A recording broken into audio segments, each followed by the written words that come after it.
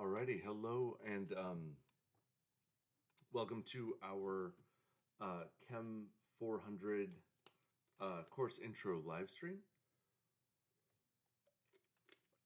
Our class is we'll get into everything that our class is in just a moment. I guess I'd like to start by just saying welcome. I'm excited that you're here. It's going to be a good semester. It's going to be a challenging semester. And anyways, so by way of introduction, my name is. Whoa, hang on. There we go. My name is Josh Tolopila,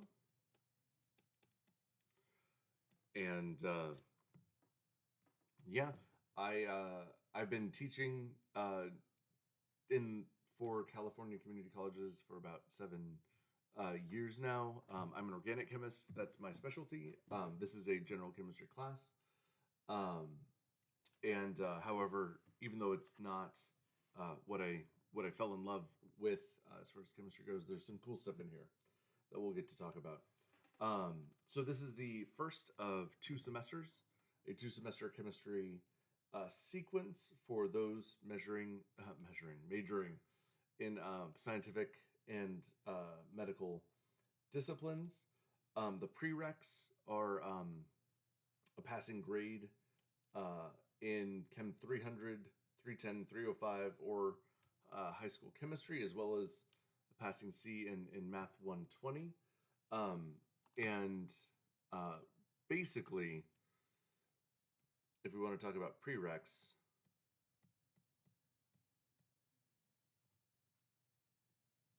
for a minute here, what it basically boils down to is the what my expectations of you are for what you remember, what you retain from your prerequisite course are really twofold. You got to be comfortable with algebra. That is a must for this class. You need to remember units and unit conversions.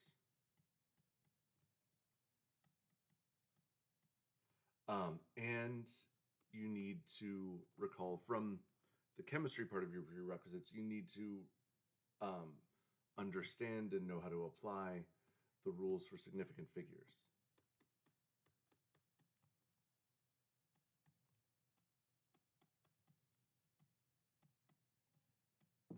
All right, those are the expectations that I have. That is my baseline assumption that you're coming into this course with a command of algebra, remembering units and unit conversions, and that you still know how to do sig figs. All right.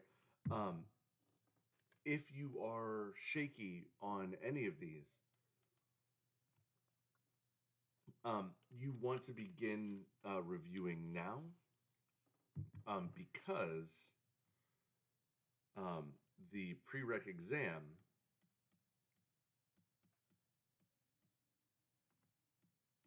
is already live and is due soon. I'm just double checking when it is due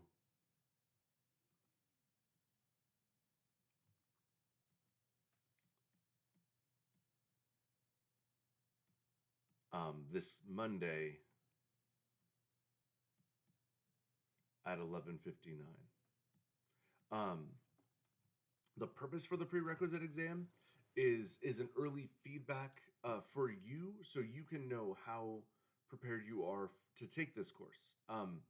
I haven't always done this, but I started doing it about, I would say, like three-ish years ago, maybe 4 actually. I think about 3 years ago is when I first started doing the prereq exam. And the reason why I started doing it is because often students who were underprepared, maybe had a weak algebraic foundation, didn't remember units, didn't remember sig figs, they wouldn't really find out till they took exam one, which is about a month into the class.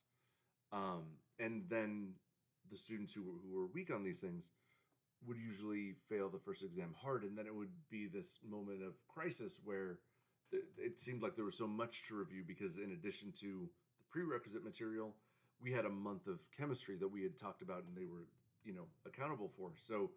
Um, so that's why I do the prereq exam, so you can know week one how prepared you are for the class. And if your level, sorry, my hair is driving me nuts right now. If your level of preparedness for the class is not where you want it to be, you could totally decide to take it a different semester.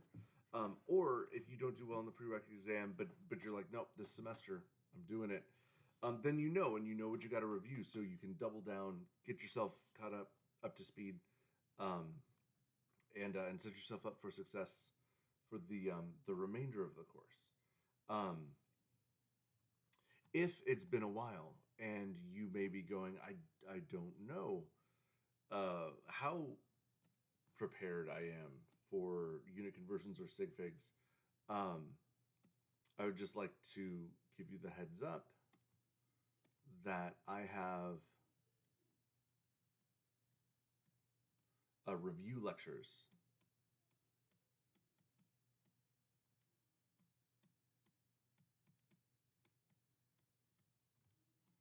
available, where I do a review of units and conversions, scientific notation, metric system, English system, and I do a review of significant figures, all the rules for counting them, using them in calculations, the whole bit.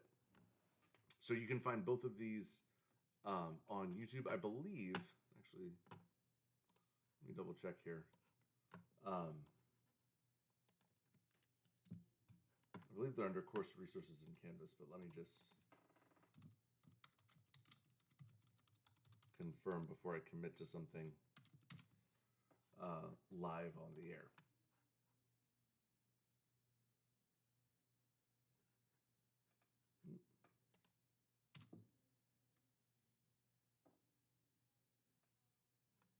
Oh, there we go.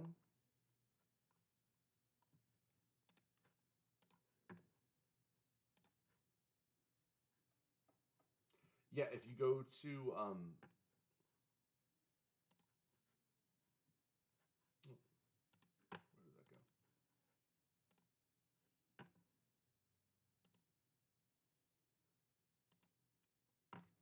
If you go to our lecture playlist for Chem 400, and you can find a link for that under our course resources module. The first two things to watch before lecture one, there's significant figures review and unit conversions review. So go there, hit those up to kind of start things off on the right foot. All right. The next thing we should talk about. So the prerequisite exam is due on Monday. There is a more urgent piece of business if you wish to remain enrolled in the course, and that is the syllabus quiz.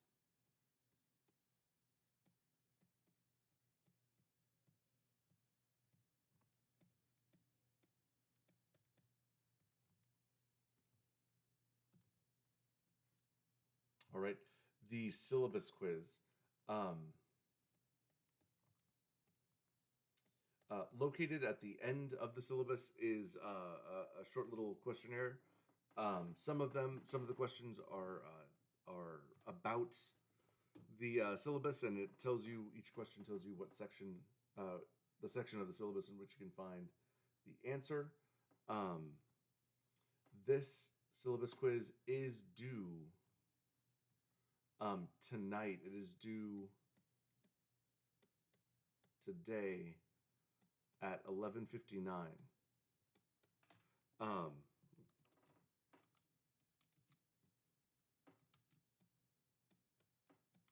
You can find it again at the end of the syllabus. Fill it out, submit it as a PDF to Canvas. And the reason why you want to do this is because um, students who miss slash are late for this deadline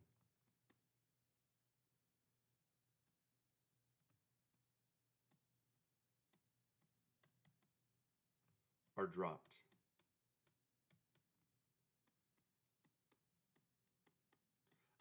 The reason for this is I have a long, I've got a full wait list. Um, for my lab section, Dr. Gillies Doherty has a wait list for her lab sections as well. There are students who are trying to get into this class who already have submitted their syllabus quiz, filled it out, submitted it, and are waiting in the wings for a spot. So if you are unresponsive, if you miss this deadline, then you'll be dropped and your spot will be given to a student who is more engaged than you. So very simply, if you want to stay in this class, you got to get this done by tonight. If you miss it, you'll be dropped. There's no exceptions. All right, let's see.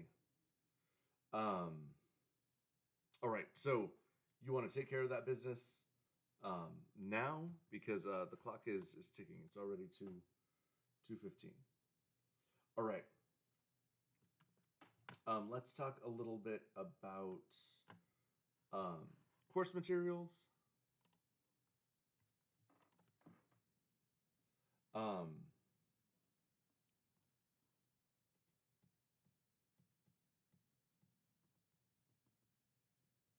Or more specifically, the textbook.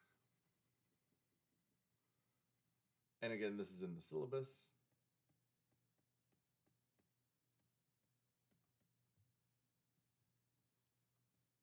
The textbook is chemistry,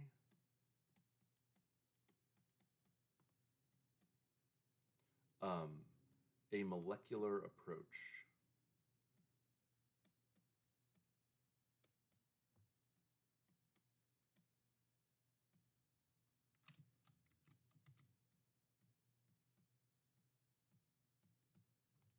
Well, that looks like it has too many P's. Oh no, we're good. This is by Tro. I teach out of the 3rd edition. You can really use any edition that you want. They're all the same, pretty much, except for graphics, covers, and homework problem numbers. The thing that I think that the biggest feature, some students, often students ask, do I need the textbook? What's the deal? And if it honestly depends upon the type of student you are. If you benefit, if reading the textbook helps you learn, then it'll be a critical resource for you this semester. But regardless of the type of learner you are, I think the best feature of this textbook is the practice homework problems. Homework in this class is assigned. It is not turned in or graded. It is just there to help you prepare for the class and for the exams. I've assigned the semester's worth of homework out of the textbook. They're great practice problems, ranging in difficulty from easy to very challenging, so it gives a good range. And so honestly, I feel like that is the best feature of this textbook. The reason why I use the 3rd edition is because it's not new. I think they're on the 6th, or maybe even might even be a newer one at this point. You can find the 3rd edition for fairly inexpensive. You can usually locate a copy for like $20 to $30, as opposed to like $200 for the new sealed thing. You don't need to be doing that. Alrighty, so that is the textbook. So this class is 100% asynchronous. Obviously, I'm live right now, but you know, this is the exception, not the rule. So lecture is asynchronous.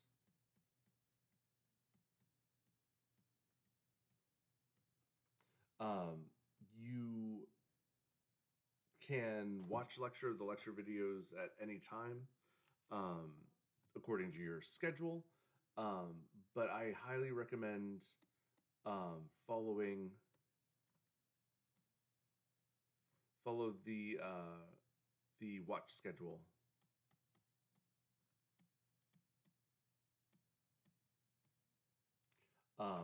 Follow the watch schedule that you see in the syllabus. You'll also notice that the watch schedule can be found in the syllabus. It's also in the modules. So I've created a module for each week of the semester, and it'll tell you which lectures you should be watching to stay on pace. So you can also check there under modules. So the watch schedule is in the syllabus.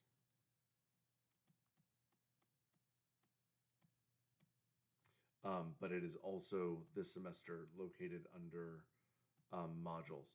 The reason why you want to keep up with this schedule, it averages out to about 2 a week. There's a little more this week because the SigFig and unit review lectures are not part of the normal lecture schedule. So if you need that catch up, you got to get that in, and our the first 2 lectures. So again, it's about 2 lectures a week.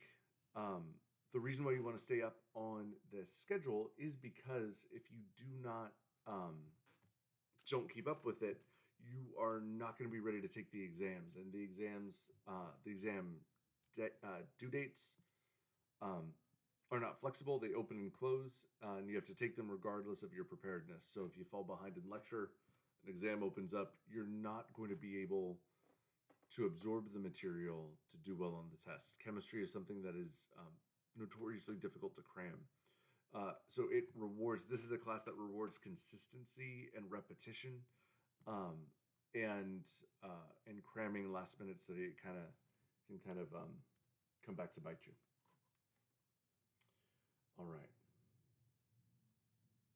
So that's lecture. Something that I should mention, the lectures you'll be watching were recorded during the fall semester of last year. So these were recorded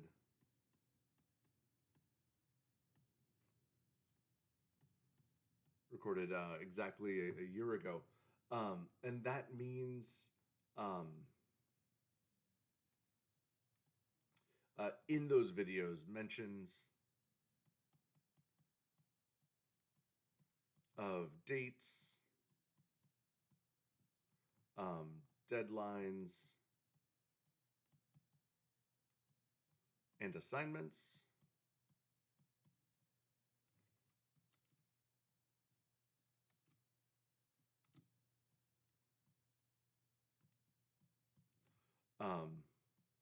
Are old. They don't apply to this semester because I update the course every semester, tweak things here and there, and so assignments might be slightly different. Due dates will definitely be different. So if I mention any dates, deadlines, or assignments in those lectures, they do not apply to this semester. Office hours. Oops. Let's talk about office hours. So I will be holding a weekly office hour exclusively for Chem 400. Actually, pull that up. I just scheduled this today. There we go. Okay, so office hours.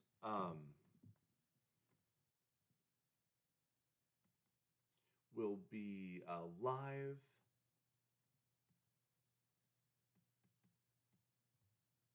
on YouTube right here. And our office hours will start next week. They will be every Wednesday from 12 to 1 p.m. All right, and this will be the cutoff is an add an hour because I have a class that I have to go to.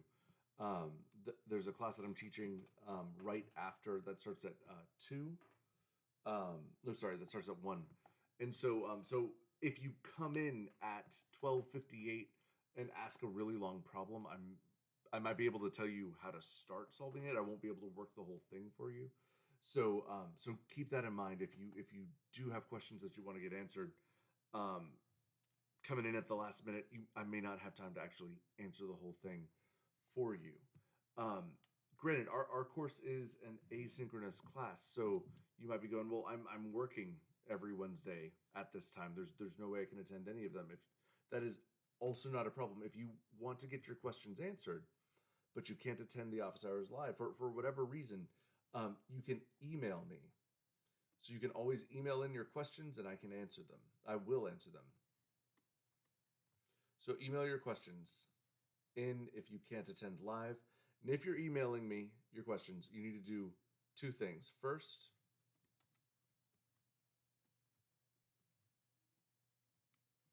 your subject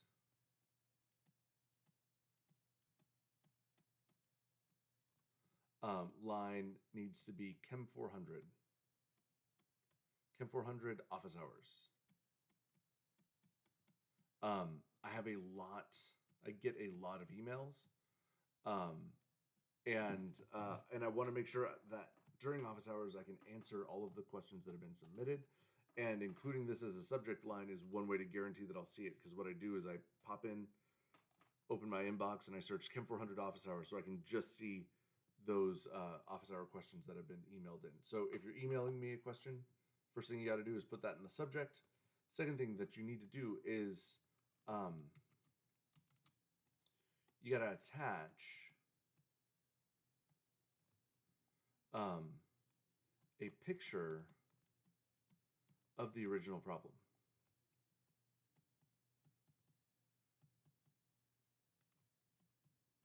All right, whatever problem that you're struggling with, wherever it comes from, attach a picture of it. This will save time. We have 1 hour. Often these can get busy. And so if you just do this, then I won't have to like find, oh, let me pull up that lab assignment this thing comes from. I won't have to find the problem in the textbook.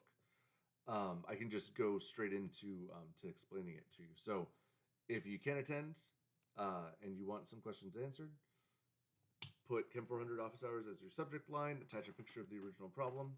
And then what I do, like you've already seen with lecture, the description of each video gets timestamped. So if your question was about lab 5 problem 2, you'll be able to see it in the description.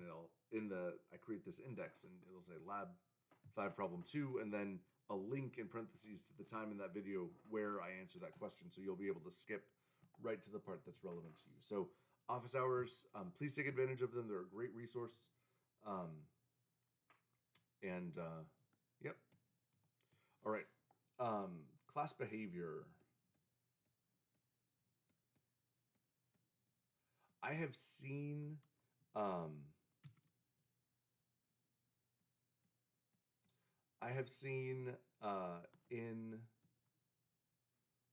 during the past year and a half that something that we already knew about the internet, where it's a lot easier to be mean to people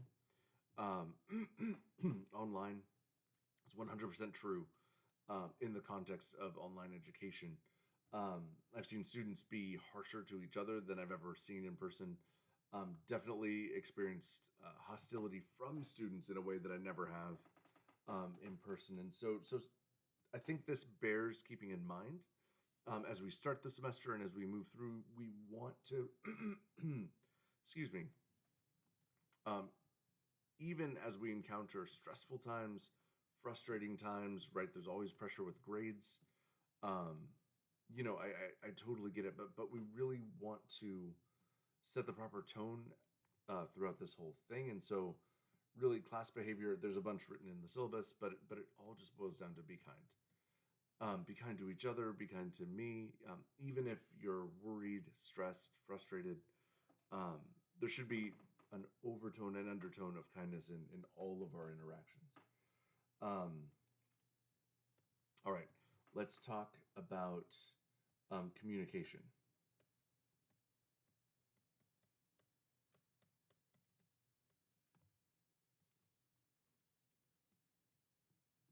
All right. Um, so when you need to contact me directly, there are two modes of communication that guarantee a response, and those are Canvas DMs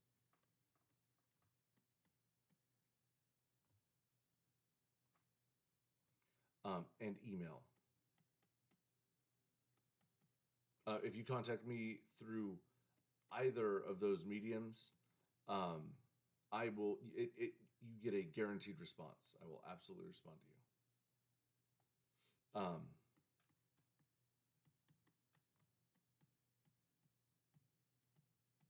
So you may not be aware of this, but our section, this lecture section, is a super section. It's actually larger than we could offer in person due to the fire code of the lecture room. So there are actually a lot more of you than is typical in a normal Chem 400 lecture. I think I checked it, and there was about,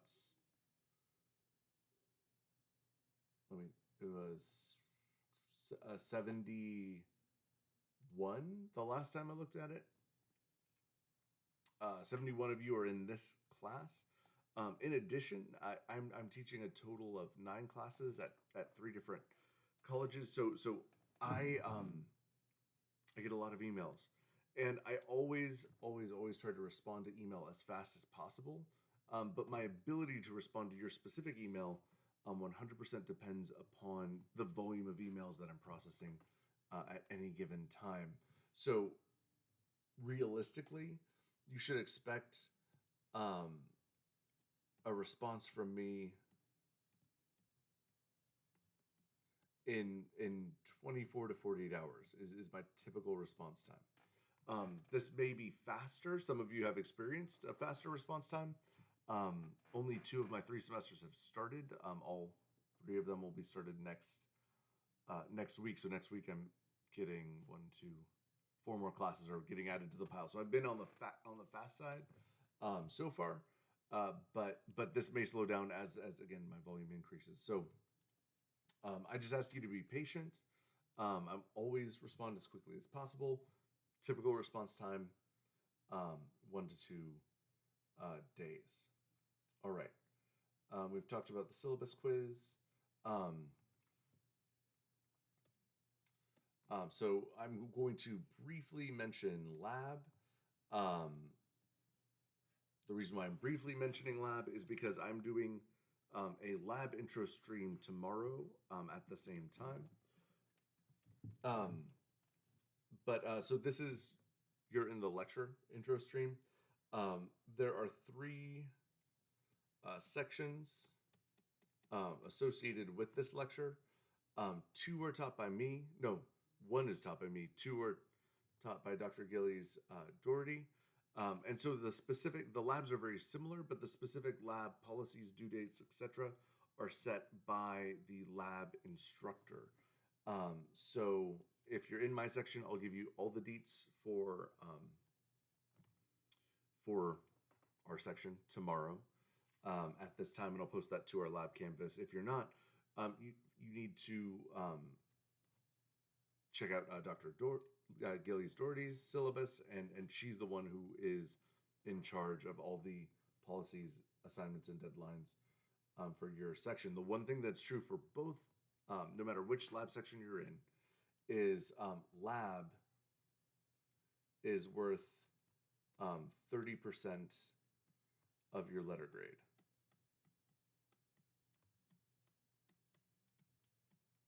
So all of your lab score contributes to 30% of your letter grade, and your score in lecture assignments contributes to 70% of your letter grade.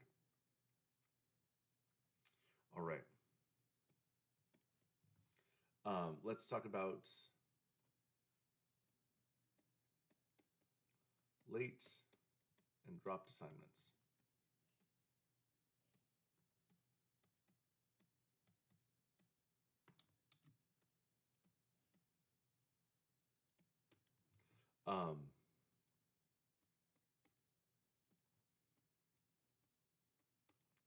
Late assignments,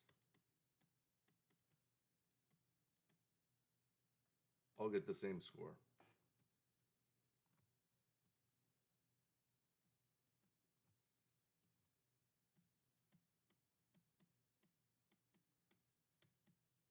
They score no points. If your assignment's late, you get a 0. And no assignments are dropped in this course.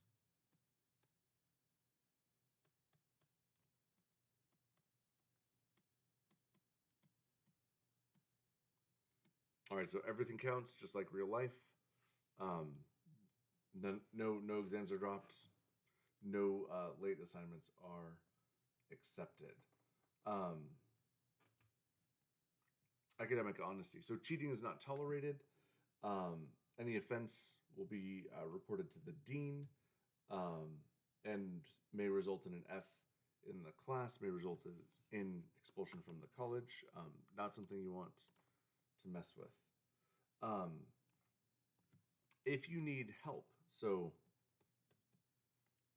there are a variety of resources available to you.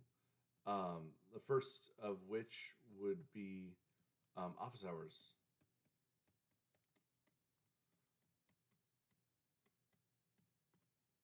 I am literally the best tutor that money can buy. Like I said earlier, I've been teaching as a professor for the past 7 years, but honestly, I've been tutoring chemistry since high school. It has always been my jam.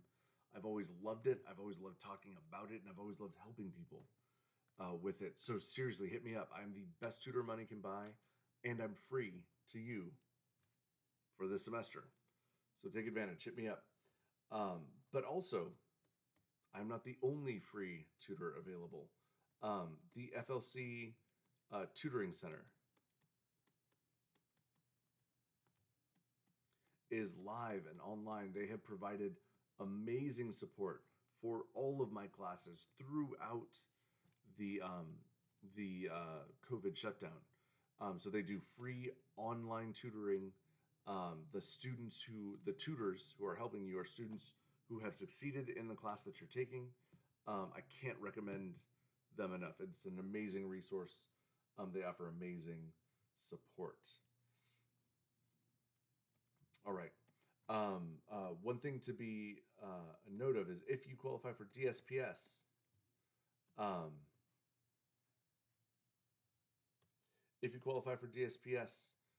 then you should email me your accommodation letter.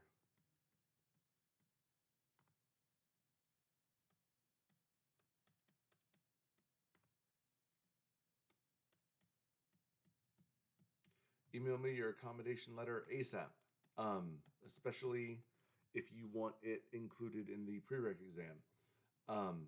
I can do it. If you qualify for accommodations, we will meet those needs 100% of the time. But you have to let me know, and I need the official letter before I can actually implement it in Canvas. So please let me know as soon as possible. All right.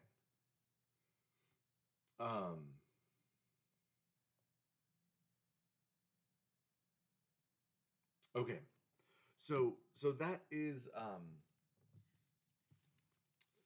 about it. There's one last thing I want to touch on, which is something that we're all interested in.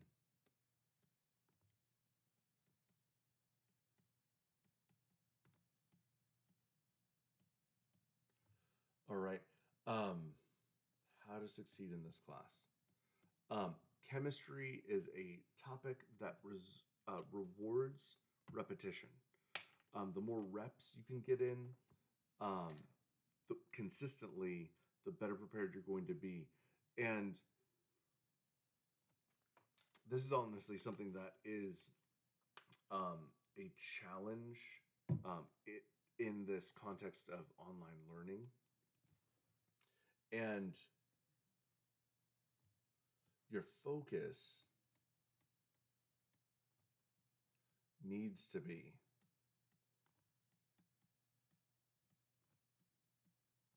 on active learning.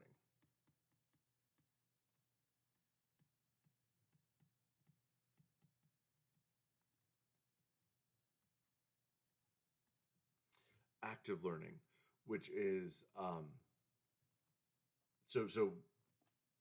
which is contrasted with passive learning. So passive learning, for example, would be like watching lecture. It's super easy to. It's something that you passively do. I'm on, this is a YouTube live stream. You're watching it. It's kind of making sense, but it's very easy to get distracted. It's very easy to zone out, not pay attention, right? We can all do this from the comfort of our own homes, which is awesome, but it comes with some huge downsides. I often get emails about halfway through the semester from students who tell me, I don't know why I'm doing bad. I've watched every lecture 3 times. I don't understand how I'm failing the exam. And it's usually a very simple explanation. The explanation is that on the exam, I'm not testing you on your ability to engage in passive learning. I'm testing you on your ability to engage in active learning. I'm testing you on, can you solve these problems? Can you think outside the box? Can you take all these variables and come up with the correct answer? And that takes problem solving. That takes active engagement. And that's something that you don't get if you watch lecture 3 times over, because that's just passively sitting there. If you're going to succeed in this class, you need to be working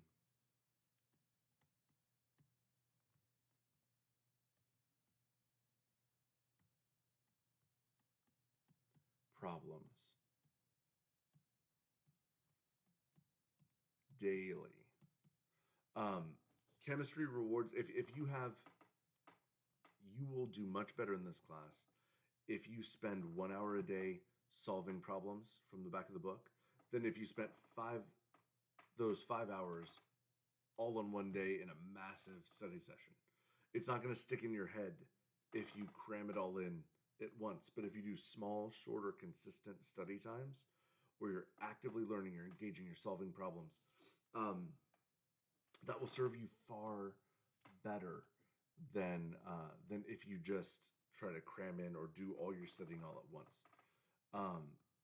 Working problems, solving problems, is how you prepare for the exam, because on the exam, I'm going to be testing your ability to solve problems. So I just want to encourage you to do this as much, as often as possible,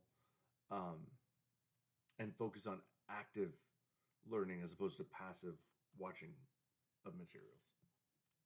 All right. Oh, so I'm almost done. There is one last thing. I'm going to be setting up a Discord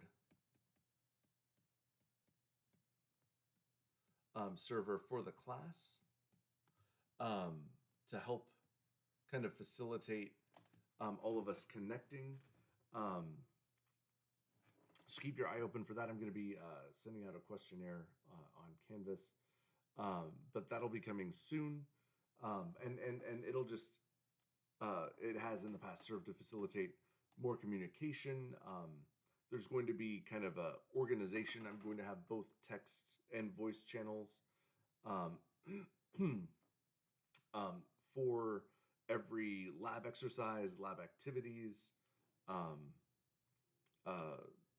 chapters in the textbook, so that you can find those discussions about the relevant topics to what you're working on. So anyways, that's coming soon. I didn't quite get it done before the launch of the semester, but keep your eyes open for that. I'll be posting more about it in the near future. If anybody has any questions, totally hit me up.